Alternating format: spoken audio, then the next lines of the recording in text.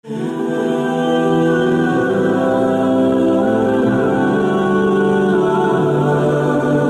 علیہ السلام سے کسی نے پوچھا تھا کہ حضور نیکی کیا ہے، تو آقا کریم نے اس کو جواب دینا چاہا تو یہ آیت کریمہ نازل ہوئی۔ تو اس میں پورا دین کا نصاب بیان فرما دیا گیا۔ اب غور کر لیجئے، یہ ایک آیت ہی دین کو سمجھنے کے لیے کافی ہے۔ لیس البر ان تولوا وجوہکم قبل المشرق والمغرب،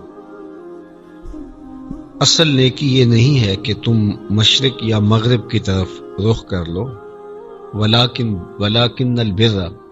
لیکن نیکی کیا ہے، نیکی کی حقیقت کیا ہے؟ من آمن باللہ، جو اللہ پر ایمان لایا، والیوم الآخر، اور پچھلے دن پر ایمان لایا، والملائکہ، اور فرشتوں پر ایمان لایا، والکتاب، اور کتابوں پر ایمان لایا، والنبیین، اور نبیوں پر ایمان لایا۔ یہ ایمانیات سے متعلق۔ وآت المال علی حبہ ذوی القربى والیتامى والمساکین وابن السبیل، اور اللہ کی محبت میں اپنا عزیز مال رشتہ داروں میں، یتیموں میں، مسکینوں میں، راہ گیر اور سائلوں کو وہ مال خرچ کرے، والسائلین وفی الرقاب، اور گردن چھڑانے کے لیے پھنسے ہوئے مجبوروں کی مدد کرنے کے لیے مال خرچ کرے، وَأَقَامَ الصَّلَاةَ وَآتَ الزَّكَاةَ، اور نماز قائم رکھے اور زکوٰۃ دے، وَالْمُوفُونَ بِعَهْدِهِمْ إِذَا عَاهَدُوا، اور اپنا قول پورا کرنے والے جب عہد کریں، وَالصَّابِرِينَ فِي الْبَأْسَاءِ وَالضَّرَّاءِ وَحِينَ الْبَأْسِ، اور صبر والے مصیبت اور سختی میں اور جہاد کے وقت، اولئک الذین صدقوا، یہی ہیں جنہوں نے اپنی بات سچ کر دکھائی اور اسلام کے حقیقی نور کو پا لیا، وَأُولَئِكَ هُمُ الْمُتَّقُونَ، اور یہی پرہیزگار ہیں، یہی متقی ہیں۔ اس میں کوئی چیز ترک نہیں گی، ایمانیات بھی ہیں، اعمال بھی ہیں، ارکان دین بھی ہیں، لاچاروں، مریضوں، دکھیوں کی مدد، اعانت، رشتہ داروں کے ساتھ حسن سلوک، لوگوں کے ساتھ اچھا رویہ، پھنسے ہوئوں کی گردن کو چھڑانے کے لیے تگ و تاز، جد و جہد، محنت، یہ ساری چیزیں اس میں شامل ہے۔ حتیٰ کہ راہ خدا میں جو تکلیفیں آتی ہیں ان تکلیفوں پر صبر کرنا، جو عہد کیے ہیں، پیمان کیے ہیں، ان کو پورا کرنا، اور جب جنگ کی نوبت آئے تو ڈٹ کر کے میدان عمل میں موجود رہنا، یہ ساری چیزیں اگر کسی شخص میں پائی جائیں تو وہ نیکی کی، بر کی حقیقت کو پا گیا ہے۔ لیکن اگر کوئی شخص نماز پر ہی سارا زور دے رہا ہے اور ہمسایوں کا خیال نہیں رکھ رہا، تو اس کی نماز کی نفی تو نہیں ہے کہ نماز وہ نہ پڑھے، چھوڑ دے نماز، لیکن نماز کی حقیقت سے وہ پھر پوری طرح آشنا ہوا نہیں۔ جس طرح قرآن مجید میں سورہ الماعون کے اندر ارشاد فرمایا کہ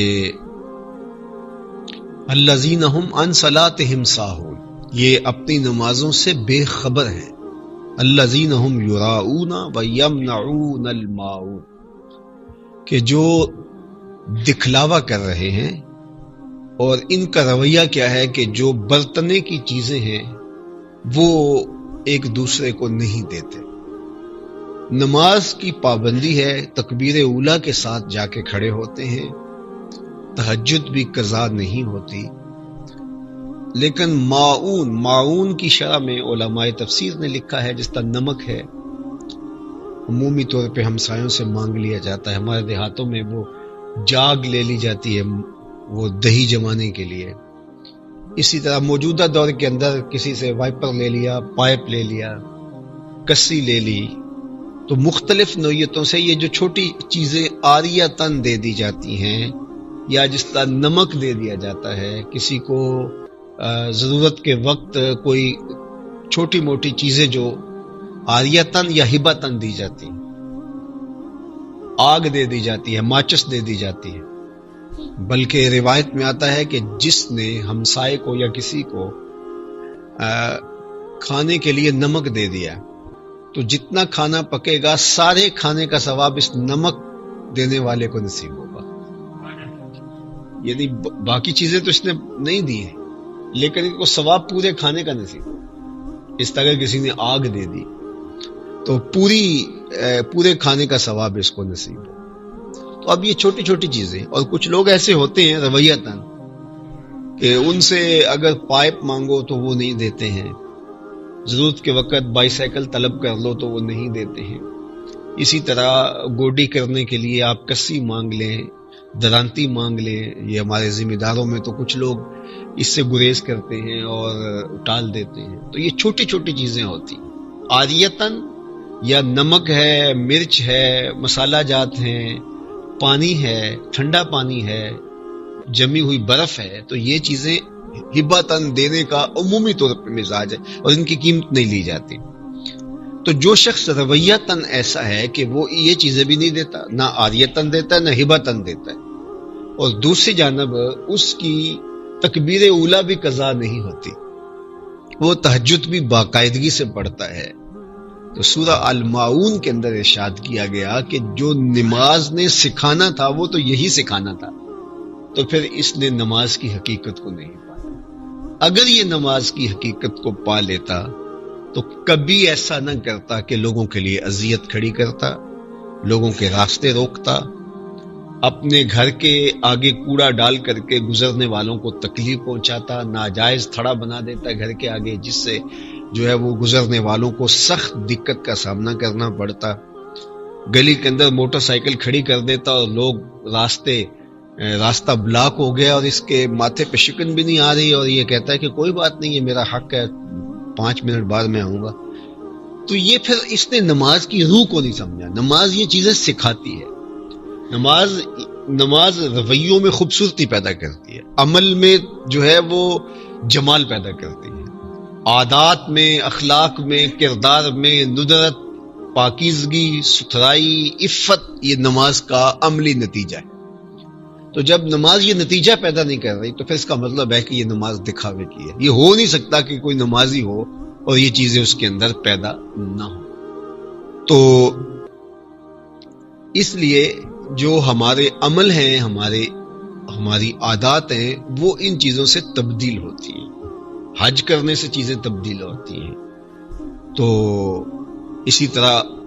بار بار آپ عمرہ کرتے ہیں تو آپ کے رویوں میں تبدیلی آئے گی، لیکن عمرہ کرنے کے باوجود، حج کرنے کے باوجود تبدیلی آنے کی بجائے الٹا طبیعت میں سختی آ جاتی ہے اور حاجی صاحب آ کے چھری اور تیز کر لیتے ہیں، تو پھر اس کا مطلب یہ ہے کہ انہوں نے چکر کاٹے ہیں، انہوں نے طواف نہیں کیا، انہوں نے حج کے مقصد کو نہیں جانا۔ تو یہ مقاصد تھے ان چیزوں کے۔ تو اب ذرا اس آیت کریمہ کو پھر دیکھ لیجئے، لیس البر ان تولوا وجوہکم قبل المشرق والمغرب، اصل نیکی یہ نہیں ہے کہ تم اپنے چہروں کو مشرق یا مغرب کی طرف کرو۔ مخصوص علامتوں کا نام دین نہیں ہے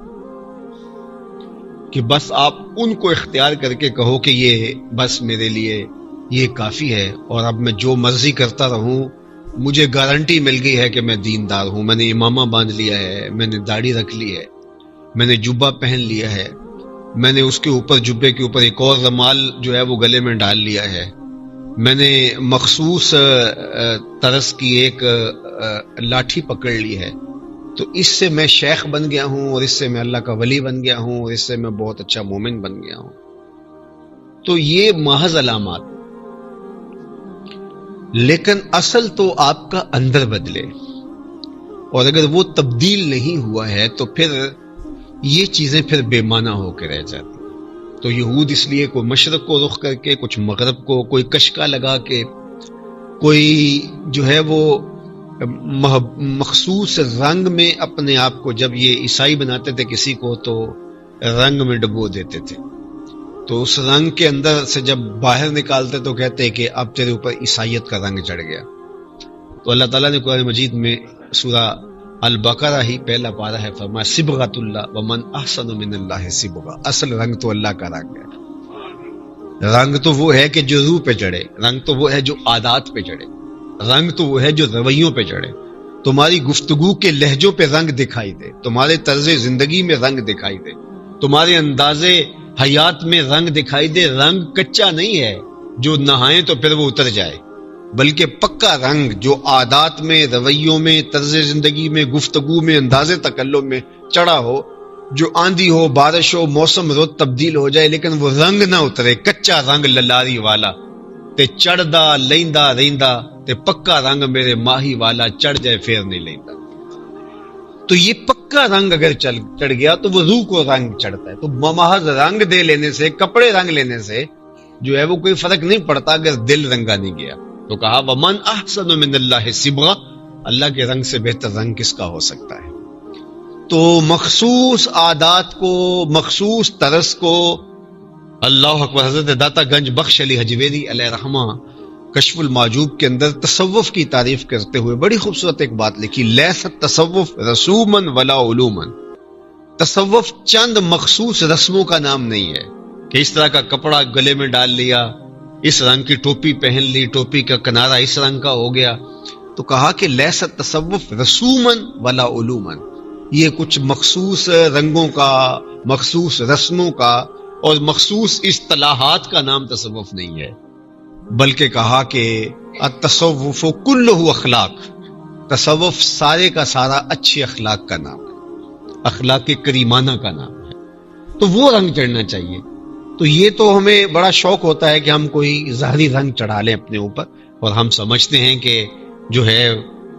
یہ رنگ چڑھ گیا ہمارے اوپر، لیکن حقیقت میں اگر وہ رنگ نہیں چڑھا، یہ فوجی وردی جو پہنتے ہیں تو پہلے وہ ٹریننگ بھی تو ساتھ لیتے ہیں۔ اگر کسی نے ٹریننگ لئی نہیں، وہ دوڑ لگائی نہیں اس نے اور وہ محنتیں نہیں کی، تو خالی وردی پہن لیا اس نے، تو میدان جنگ کے اندر تو وہ دشمن کا مقابلہ نہیں کر پائے گا۔ یہ وردی تو ایک علامت ہے، علامت ایک خاص علامت بنی، لیکن اس کے سے پہلے حوصلہ فرسا ٹریننگ تھی جس سے وہ گزرا، اس بھٹی سے گزارا گیا، اس چکی سے اس کو گزارا گیا، اب وہ جوہر بن کے اور گوہر بن کے نکلا، اب اس کے اوپر وہ لباس جچتا بھی ہے، اچھی بات ہے، لیکن اگر اس نے یہ سب کچھ نہیں کیا ہے محض لباس، تو وہ تو ایک بچہ بھی جا کے اس طرح کی وردی لا کے جو ہے وہ بازار سے پہن سکتا ہے، تو کیا وہ جنگوں میں کام آ سکتا ہے اس کا اس رنگ کا لباس پہن لینا؟ تو اسلام صرف اس مخصوص رنگ کا نام نہیں ہے، بلکہ یہ اندر سے بدلنے کا نام ہے۔ تو ارشاد فرمایا لیس البر ان تولوا وجوہکم قبل المشرق والمغرب، اپنے چہروں کو مغرب یا مشرق کی طرف پھیر لینے کا نام نیکی نہیں ہے، ولکن البر، نیکی ہے کیا؟ من آمن باللہ، جو اللہ پر ایمان لائے۔ اللہ پر ایمان لانے کا مطلب اللہ پر توکل، اللہ پر بھروسہ،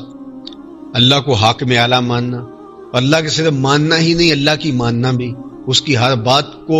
حرف آخر سمجھنا، اس کے حکم کے آگے کسی کا حکم کوئی حیثیت نہ رکھتا ہو۔ اگر ان معنوں میں ہم اپنے رب کو مان چکے ہیں تو پھر یہ اللہ پر ایمان ہے۔ لیکن اگر صرف زبان سے کہہ دیا کہ ہم اللہ کو مانتے ہیں لیکن اس کی ایک نہیں مانی، تو پھر اس کو ماننا نہ ہوا۔ والیوم الاخر، اور پچھلے دن کو اگر کوئی ماننے والا ہے تو یہ زندگی خود بخود مرتب ہوگی۔ اسے پتا ہے کہ ایک دن آنے والا ہے جس میں مجھے ایک ایک عمل کا حساب دینا ہے، اچھے برے اعمال کی جزا و سزا کے مرحلے کا دن ہے یوم آخر۔ اور اگر اسے یہ یقین ہے تو پھر اس کی یہ زندگی کبھی بھی غیر مرتب نہیں ہو سکتی، کسی کا حق غصب نہیں کر سکتا، کسی سے زیادتی نہیں کر سکتا، کسی کا مال ہڑپ نہیں کر سکتا، کسی سے ظلم نہیں کر سکتا۔ یہ کیسے ہو سکتا ہے؟ تو یہ اس کے ایمان کا نتیجہ ہے۔ والملائکۃ والکتاب والنبیین، فرشتوں پر ایمان کہ اللہ کی ایک مخلوق ہے اور یہ ہمارے کندھوں پر کرامن کاتبین ہمارے ایک ایک عمل کو لکھ رہے ہیں، اور ہم اللہ کے حضور پیش ہونے والے ہیں۔ اس طرح کتاب پر ایمان لانا، جو پچھلی کتابیں ہیں ان پر، اور حضور علیہ السلام کے قلب اطہر پر جو قرآن نازل ہوا، یہ اللہ کی منزل ہیں اور یہ ہماری طرف اللہ کی طرف سے رہنمائی کے لیے نازل کی گئی۔ تو جب یہ ہماری طرف ہمارے نام اللہ کا ایک میسج ہے تو پھر کس طرح اس کو ہم ترک کر سکتے ہیں؟ ہمارے نام کوئی خط آ جائے تو اتنی دیر تک چین نہیں آتا جب تک اس کو پڑھ نہیں لیتے، اور اگر وہ کسی ایسی زبان میں ہے جس زبان کو ہم نہیں پڑھ سکتے تو ایسے شخص کو ڈھونڈتے ہیں جو وہ زبان جانتا ہو، اور اس سے کہتے ہیں جناب یہ پڑھ کے سناؤ، مجھے پتہ تو چلے اس کے مندرجات کیا ہیں، اس کے اندر کیا ہے۔ تو یہ قرآن ہمارے رب کی طرف سے ہمارے نام پیغام ہے، تو کس طرح ہو سکتا ہے کہ ہم اس سے آگاہ ہی نہ ہو کہ ہمارے رب نے ہمیں کہا کیا ہے۔ بن نبیین، اور نبی، صرف ایک نبی پر ایمان لانا کافی نہیں ہے، سب پیغمبروں پر جو اللہ کے فرستادہ ہیں ایمان لانا ضروری اور واجب ہے۔ یہ تو ایمانیات سے تعلق چیزیں رکھتی ہیں۔ اور جو ہمارے اعتقادات ہوں گے اس کا اثر ہمارے عمل پہ بھی ہوگا، اس کا اثر ہمارے رویے پہ بھی ہوگا، اس کا اثر ہمارے طرز زندگی پہ بھی ہوگا۔ وَآتَ الْمَالَ عَلَىٰ حُبِّهِ، اور مال کو اس کی محبت کے باوجود خرچ کرنا، یعنی مال کی محبت موجود ہو، ضرورت بھی موجود ہو، جوان ہے، تندرست ہے، مال ہے، اور مال کے مصارف اس کے پاس ہیں، بچوں کی شادیاں کرنی ہیں، ضرورت ہے، مکان بنانا ہے، یہ ساری چیزیں ہیں، تو پھر بھی جہاں ضرورت محسوس کرے، غریبوں میں، یتیموں میں، لاچاروں میں، تو اپنے مال کا کچھ حصہ وہاں ضرور خرچ کرے۔ کچھ لوگوں کا یہ ذہن ہوتا ہے اور وہ بچپن سے ہی یہ ذہن پختہ کر لیتے ہیں کہ میں اب تو کما رہا ہوں، پھر میں اپنی ساری ضروریات پوری کر کے پھر میرے پاس جب میری ضرورت سے زائد کافی وافر مال ہوگا تو پھر میں لوگوں کی مدد کروں گا، اور وہ ذہن میں رکھے ہوئے ہوتے ہیں اور ساری زندگی یوں گزار دیتے ہیں۔ یہ ایک خود غرضی کی چھپی ہوئی کیفیت ہے کہ انسان راہ خدا میں ضرورت محسوس کرتے ہوئے بھی خرچ نہیں کرتا، اپنے رشتہ داروں میں، عزیزوں میں، لاچاروں میں، مجبوروں میں۔ وہ یہ سوچتا ہے کہ میں ابھی تو میں کر کیا لوں گا، ابھی کسی کو تھوڑی سی مدد کر کے کیا کر پاؤں گا، تو اب میں اس مال کو جمع کرتا ہوں، کاروبار کو بڑھاتا ہوں، اس کا حجم بہت اچھا ہو جائے گا، پھر میرے پاس اتنا مال ہوگا، میری بھی یہ ساری ضرورتیں پوری ہو جائیں گی، پھر میں اتنے فیصد یا اتنا مال جو ہے وہ کتنے لوگوں کے کام آ سکوں گا۔ تو وہ اس طرح اپنی زندگی گزارتے ہیں، اور یہ مال کی ایک چھپی ہوئی محبت ہے اور اس کو وہ ایک منصوبہ بندی قرار دے رہے ہوتے۔ ایسا نہیں ہے، مال کی ضرورت ہو تمہیں، علی حب ہی کے لفظ بتا رہے ہیں کہ اس کی تمہیں محبت بھی ہو، اس کی تمہیں ضرورت بھی ہو، لیکن تم اپنے اطراف کے اندر جب دیکھتے ہو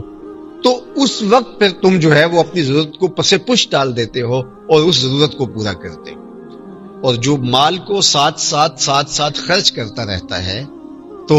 اللہ اس کو اور عطا کرتا رہتا ہے، اور جو یہ منصوبہ بندیاں کرتے رہتے ہیں تو بعض کا ان کو پھر موقع ساری زندگی نہیں ملتا۔ اس لیے جو ہی آپ کے پاس مال آئے تو اس مال کی زکوٰۃ تو خیر واجب ہے، لیکن یہ جو لوگ ہیں جن کے لیے میرے رب نے کہا کہ دیا جائے، بعض نے کہا کہ زکوٰۃ کے بعد یہ واجب ہے، لیکن صحیح ہے کہ یہ زکوٰۃ کے بعد اس طرح سے واجب زکوٰۃ کی طرح نہیں ہے، لیکن یہ ہمارے اوپر لازم ہے کہ ہم اپنے معاشرے کے کمزور، اپاہج، لاچار، مجبور، غریب رشتہ دار، ان کی نصرت و اعانت کریں، اور وہ فہرست گنوائی۔ وَآتَ الْمَالَ عَلَىٰ حُبِّهِ ذَوِي الْقُرْبَىٰ، قریبی رشتہ داروں۔ بہترین صدقہ وہ ہے جو پہلو تہی کرنے والے رشتہ دار کے ساتھ کیا جائے، کیونکہ جو پہلو تہی آپ سے کرتا ہے، آپ سے دور رہتا ہے، آپ سے ناراض ہے، آپ کو نقصان بھی کبھی پہنچاتا ہے، تو ایسے شخص پر صدقہ کرنے کو من نہیں چاہتا، اس لیے کہ نفس کہتا ہے کہ یہ میرا مخالف ہے، میرا شریک ہے، تو یہ آج مجبور ہوا ہے تو میں کیا سانپ کو ہی دودھ پلاؤں اور اس کو ہی کھڑا کروں، تو نفس شامل نہیں ہوگا۔ اور وہ عمل جس میں نفس شامل نہیں ہوگا، صرف اس کی ہمدردی اور اس کو رشتہ دار سمجھتے ہوئے اللہ کی رضا کے لیے کرے گا، تو یہ افضل صدقہ ہے۔ ویسے بھی وہ صدقہ جو رشتہ دار پر کیا جائے وہ اس کا ثواب دوسرے صدقے سے 2 گنا ملتا ہے، ایک تو وہ صدقے کا ثواب اور دوسرا وہ رشتہ دار کے اوپر کیا جائے۔ اللہ اکبر۔ والیتامى، اور یتیموں پر۔ یتیم ان نابالغ بچوں کو کہتے ہیں جن کے والد انتقال کر گئے، تو ان کو یتیم کہا جاتا ہے۔ ہمارے ہاں یہ بھی ایک مشہور ہے کہ جس کی ماں انتقال کر گئی اس کو مسکین کہا جاتا ہے، اور جس کا باپ انتقال کر گیا اس کو یتیم کہا جاتا ہے۔ تو ایسا نہیں ہے، کفالت کی ذمہ داری باپ کی ہے، تو باپ کے انتقال کرنے سے بچہ یتیم کہلائے گا۔ مسکین کی تعریف اور ہے، مسکین وہ ہوتا ہے جس کے پاس ایک روز کا کھانا بھی موجود نہ ہو، تو وہ مسکین کہلاتا ہے، وہ چاہے اس کا باپ ہو یا اس کا باپ فوت ہو گیا، اس سے کوئی فرق نہیں پڑتا۔ تو یتیم جس کے ماں باپ انتقال کر گئے ہیں یا باپ انتقال کر گیا ہے تو وہ ضرورت مند ہے اور وہ نابالغ ہے۔ جب وہ بالغ ہو جائے گا تو پھر یتیم نہیں رہے گا، کیونکہ اگر بلوغت کے بعد بھی یتیمی برقرار رہتی ہے تو یہاں بیٹھے ہوئے کتنے لوگ ہیں کہ جو یتیم ہیں، اس لیے کہ بہت سارے لوگوں کے باپ اور ماں چلی گئی ہے۔ تو یتیم اس وقت ہوتا ہے جب تک وہ نابالغ ہوتا ہے، جب وہ بلوغت میں پہنچ جاتا ہے تو پھر وہ یتیم نہیں رہتا۔ تو مسکین کس کو کہتے ہیں؟ والمسکین والمساکین، اور مسکین وہ ہوتا ہے کہ جس کے پاس جو ہے وہ 2 وقت کا کھانا بھی موجود نہ ہو۔ اللہ اکبر. وابن السبیل، اور جو ہے وہ مسافر کو ابن سبیل اس لیے کہا گیا، راستے کا بیٹا اس لیے کہا گیا کہ اس کے ماں باپ اس کے ساتھ نہیں ہوتے ہیں. تو اگر کوئی شخص دولت مند ہی ہو لیکن وہ راستے میں ہے اور اس کے پاس رقم ختم ہو گئی ہے تو وہ مسکین اور مستحق کے زمرے میں آئے گا. آج کے دور کے اندر تو خیر کوئی بات نہیں ہے کہ آپ پیسے منگوا لیتے ہیں یا اے ٹی ایم کارڈ آپ کے پاس موجود ہے تو وہ آپ کے پاس پیسے موجود ہیں، لیکن اس زمانے میں جب لوگ سفر کرتے تھے، اور آج بھی اگر کوئی ایسا مسافر ملے کہ جس کے پاس وقتی طور پہ کچھ نہ ہو تو وہ اس بات کا حقدار ہے کہ اس کی مدد کی جائے، اس کی نصرت کی جائے. والسائلین، اور جو مانگنے والے ہیں، مجبوراً جو شخص مانگتے ہیں ان کو دینے کی ترغیب دی گئی. اور جس کے پاس ایک دن کا کھانا موجود ہے اور ایک رات کا کھانا موجود ہے، دو طرح سے موجودگی کی صلاحیت ہے، یعنی اس کے پاس اتنی طاقت ہے کہ وہ کما سکتا ہے، یا یہ ہے کہ اس کے پاس عملاً موجود ہے تو اس کے لیے سوال کرنا جائز نہیں ہے. لیکن اگر کوئی شخص کمزور اتنا ہے کہ کما نہیں سکتا اور اس کے پاس ایک دن اور ایک رات کا کھانا موجود بھی نہیں ہے تو وہ بقدر ضرورت اگر سوال کر لے تو سوال کرنے والے کی جو مذمت آئی ہے اس مذمت کا یہ مصداق نہیں ہوگا. لیکن جس کے پاس پیسے موجود ہیں، رقم موجود ہے، کھانا موجود ہے، پھر وہ مانگتا ہے تو قیامت کے دن جو ہے وہ اللہ تعالیٰ جل شانہ کے سخت عطاب کا وہ شخص حقدار ہوگا، اور ایسے شخص کو دینا بھی نہیں چاہیے جو پیشہ ور مانگنے والا ہو اور اس کے پاس ایک دن اور ایک رات کا کھانا موجود ہے اور پھر بھی وہ مانگ رہا ہے. تو اس کے لیے جو ہے وہ سائل جو حضور نے ارشاد فرمایا، 3 چیزیں قسم کر کے کہی اور اس میں ایک چیز ارشاد فرمائی کہ جو شخص سوال کا دروازہ کھول دیتا ہے اللہ اس کے لیے محتاجی کا دروازہ کھول دیتا ہے، تو وہ ساری زندگی پھر مانگتا ہی رہتا ہے. تو نہیں مانگنا چاہیے. اللہ اکبر. وفی الرقاب، اور جو پھنسے ہوئے ہیں، جو غلام ہیں ان کو آزاد کرنے کا جو ثواب رکھا گیا ہے شریعت اسلامیہ نے. اس کا ثواب کیا ہے؟ اگر کوئی شخص کسی غلام کو آزاد کرتا ہے تو اس کے ایک ایک عضو کے بدلے میں اس کے ایک ایک عضو کو آتش دوزخ سے نجات دے دی جاتی ہے. اللہ اکبر. ایک ایک عضو کے بدلے یہ ثواب ہے. تو حضور نے یہ ترغیب دی اور صحابہ نے اس پہ عمل کیا. حضرت عثمان غنی رضی اللہ تعالیٰ عنہ ہر جمعۃ المبارک کو جمعہ پڑھنے سے پہلے ایک غلام ضرور آزاد کیا کرتے، اور حضرت عبد الرحمن بن عوف رضی اللہ تعالی عنہ نے زندگی میں 30,000 غلام آزاد کیے. 30,000 غلام. جب ہجرت کر کے مدینہ المنورہ آئے نا تو بالکل کچھ بھی نہیں تھا ان کے پاس، تو حضور نے مواخات قائم کی تھی. ایک انصاری کو اور ایک صحابی مہاجر کو جوڑ دیا کہ تم ذرا اس کو کھڑا کرو. تو ان کا جو بھائی بنایا گیا تھا اس نے حضرت عبد الرحمن بن عوف کو کہا کہ بتاؤ میں تمہاری کیا خدمت کر سکتا ہوں. تو انہوں نے اس کو کہا کہ بھائی مجھے بازار کا راستہ دکھا دو، آگے میں جانوں اور میرا کام جانے. اور یہ پھر بازار چلے گئے اور فرماتے ہیں کہ میں نے کچھ اصولوں کے تحت کاروبار کیا. جب حضرت عبد الرحمن بن عوف کا انتقال ہوا تو آپ کے بیٹوں میں، آپ کی بیٹیوں میں، اولاد میں آپ کی وصیت کو پورا کرنے کے بعد، آپ نے بہت سارے مال کی وصیت کی تھی یہ خیرات کر دینا،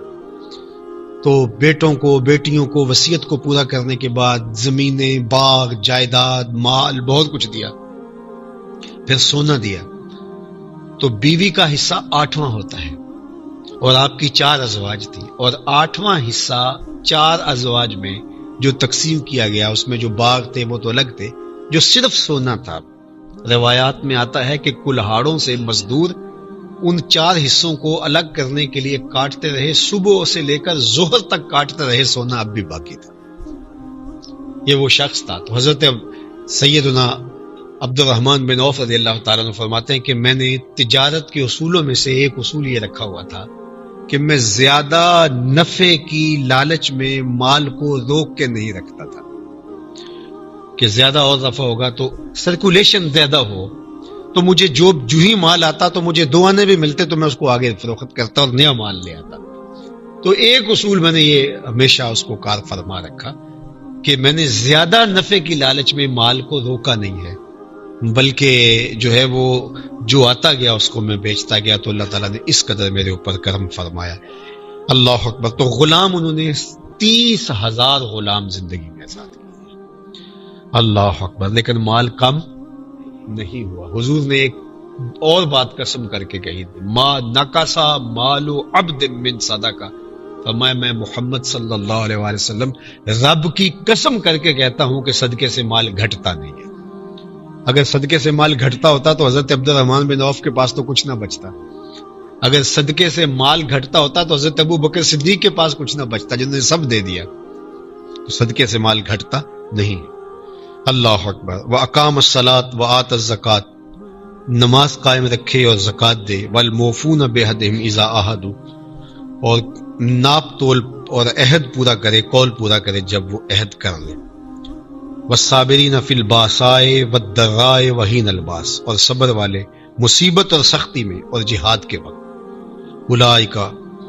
اولئک الذین صدقوا، یہ لوگ سچے ہیں۔ یعنی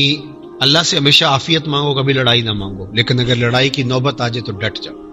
اللہ سے کبھی بیماری نہ مانگو، صلی اللہ العافیہ، اللہ سے ہمیشہ عافیت طلب کرو، کبھی بیماری طلب نہ کرو، بیمار بننے کی کوشش بھی نہ کرو۔ بعض کا لوگ تھوڑی سی بیماری ہو تو زیادہ ہر وقت ہی جو ہے وہ یہ ثابت کرتے تھے میں بڑا بیمار ہوں، بیمار ہوں، بڑا بیمار ہوں۔ تو یہ بھی کوئی بات نہیں ہے، معالج کو بتائیں آپ، اور اگر کوئی ضرورت پڑے تو بتانے میں حرج بھی نہیں ہے، لیکن ہر وقت بیمار بننا اور اس طرح کی جو ہے وہ اداکاریاں کرنا اور تھوڑی بیماری کو زیادہ بیماری ظاہر کرنا اور لوگوں میں مظلوم بن کے اور لوگوں میں جو ہے لوگوں کی ہمدردیاں سمیٹنے کے لیے کوئی بات نہیں۔ صحت اچھی رہے اللہ کی نعمت ہے، بیماری آ جائے تو اللہ سے کبھی بیماری نہ مانگو، جنگ نہ مانگو، لڑائی نہ مانگو، لیکن بیماری اور جنگ آ جائے تو پھر تم جو ہے وہ استقامت کے ساتھ اللہ سے جو ہے وہ صبر مانگ کر کے اس کا مقابلہ کرو۔ یہ ہمارے دین نے ہمیں سکھایا ہے۔ اللہ اکبر۔ تو کہا کہ جب جنگ آ جائے، مشکل آ جائے، تکلیف آ جائے، آزمائش پڑ جائے، زندگی نام ہی آزمائشوں کا ہے، سویر سے اٹھتے ہیں شام تک کتنی آزمائشیں، روز کتنے حالات سے ہمیں ٹکرانا ہوتا ہے، تو کیا ہم گھبرا کر کے بیٹھ جائیں اور جو ہے وہ شور و غلی کرتے رہیں کہ یہ مصیبت ہے، یہ مصیبت ہے؟ نہیں، کوئی بات نہیں، حالات کا کلیجہ چیر کے آگے گزرنے کا راستہ نکالیں۔